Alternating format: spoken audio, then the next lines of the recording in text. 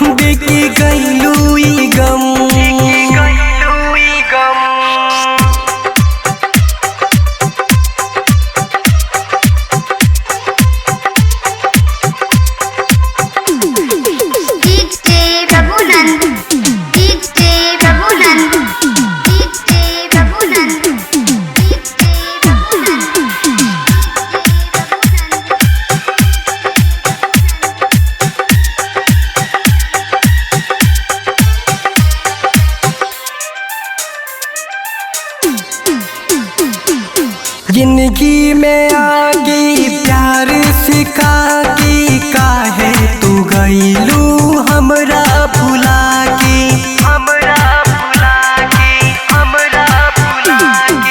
जिंदगी में आगे प्यार सिखा के काहे तू गईलू हमरा भुला के। करत रहलू हमसे वादा ही जान, साथ छोड़ब ना कबो सनम। ओ साथिया देके गईलू ई गम, ओ साथिया देके गईलू ई गम।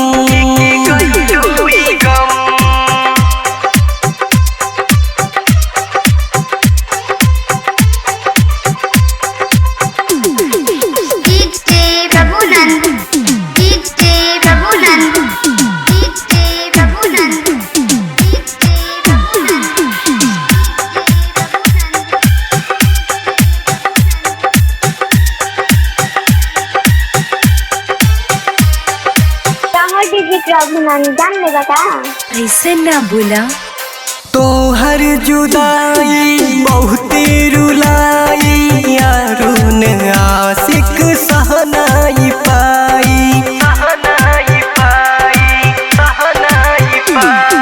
तू हर जुदाई बहुते रुलाई, यारो ने आशिक सहनाई पाई। दूसरा के साथ तू तो चल गहिलू, बोला कैसे जियब हम।